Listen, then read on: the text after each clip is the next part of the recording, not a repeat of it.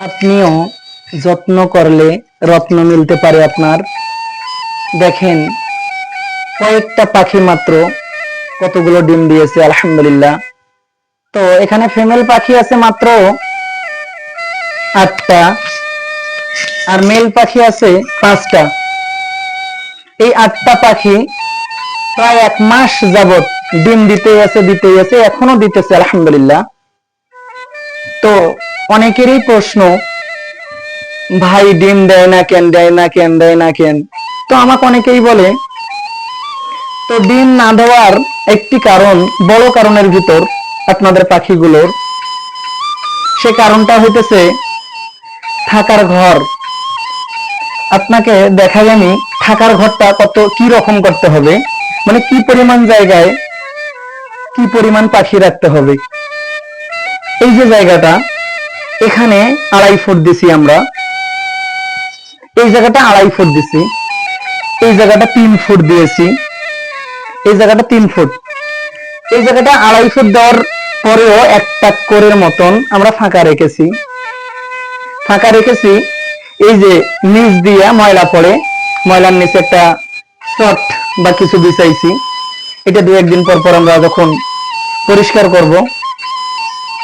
তো এখানে 2.5 ফুট, এখানে 3 ফুট, আর এই জায়গাটা দিছি আমরা 4 ফুট। আপনারা ছোট বড় করতে পারবেন, কোনো সমস্যা নাই। তো আমার একটা আইডিয়া, যারা আইডিয়া চাইতেছেন আর কি, এই জায়গাটাতে আমরা 50 থেকে 60টা পাখি পালতে পারবো। তো অনেকের হয়তো বা চিন্তা হবে যে ভাই এত বড় জায়গা, 50-60টা পাখি পালবো, আর বেশি পালতে পারবো না। হ্যাঁ, আমাকে অনেকে বলছে যে ভাই আমাদের পাখি ডিম দেয় না কেন। তো আমি মাঝে মাঝে কিছু বাড়িতে যা দেখলাম, এতটুক জায়গা, এখানে আরেকটা থাক দিছি, মানে এখান থেকে আরেকটা বাড়ি বানাইছে পাখির। বানার পর উপরে এতটুক জায়গার ভিতর উপরে 100-র মতো রেখেছে, নিচে আবার 100-র মতো রেখেছে। না না, এই ভুলগুলো আমরা করব না। কারণ যখনই আপনার এতটুক জায়গায় পাখি রাখবেন, পাখিটা চলাফেরা কোথায় করবে? যখন উড়াল দিবে, বেড়াবেড়ি করবে, ঘোরাফেরা করবে, তখন তো আসি বারবার ডাং লাগতেছে, উপরেও ডাং লাগতেছে, নিচেও ডাং লাগতেছে, সাইডে ডাং লাগতেছে, পাখি আপনার অসুস্থ হয়ে যাইতেছে। আপনি কতদিন ওষুধ খাওয়াইতে পারবেন পাখিকে? আপনার এটা তো গৃহপালিত, এখান থেকে আপনাকে লাভ করার দরকার। আপনি যদি এই 50-60টা পাখি পালার জায়গায় যদি 200-300 পাখি পালেন, তখন তো আপনার লাভ হবে না।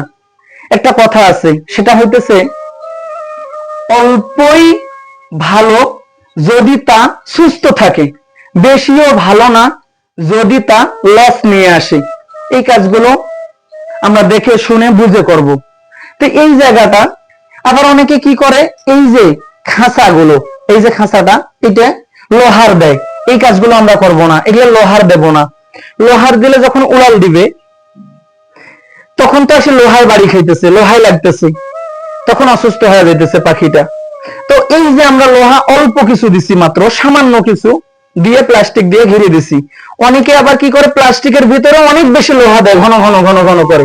না না, এই কাজগুলো করব না আমরা। ঘন ঘন ঘন ঘন করে লোহা দেব না, মানে লোহা যত কম পারি দেব, সেক্ষেত্রে একটা পাখি কত সুস্বাদু। আমরা যখন মেল পাখিকে জবাই করি, মেল পাখি পুরুষ পাখিগুলোর সংখ্যা বেশি হয়ে গেলে যখন তাদেরকে জবাই করি, এত বেশি আল্লাহ পাকের নিয়ামতে এত বেশি সুস্বাদু দিছে, যেনারা খাইছেন শুধু তেনারাই জানেন যে কোয়েল পাখির গোস্ত কত মজা, আলহামদুলিল্লাহ বলি। কোয়েল পাখির ডিম অনেক সুস্বাদু। মাঝে মাঝে কিছু ডাক্তার সাজেস্ট করে দুর্বল রোগীদের যে কোয়েল পাখির ডিম খাইতে পারেন। তো এত বেশি আল্লাহ পাকের নিয়ামত গুলো, তাদেরকে যদি আমরা একটু সুন্দরভাবে যত্ন করি, তাহলে ইনশাল্লাহ কোনো একদিন আমাদের কাছেও রত্ন মিলবে। আমরা অনেকে ভুল কাজ করি। কি কাজ করি?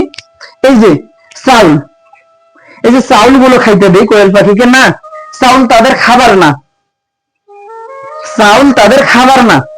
চাউল খাইলে কিন্তু বিভিন্ন ঝামেলা হইতে পারে। আপনি খুবই বিপদে আছেন, খাবার নাই, শেষ হয়ে গেছে, আপনি খাবারের সাথে অল্প কটা মিক্সার দিতে পারেন, তবুও আমি বলবো না আমরা কখনো চাউল দেই না। খাবার দেব আমরা তাদেরকে, ফিট, কোয়েল পাখির ফিট আছে। তো এই মুহূর্তে আমার হাতের কাছে নাই দেখে আপনাদের দেখাইতে পারলাম না। তো আমরা যারা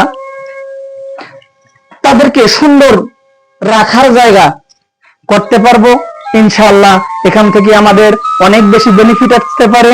এত বেশি তারা ডিম দেয়, মাসের পর মাস ডিম দিতেই আছে, আলহামদুলিল্লাহ বলি।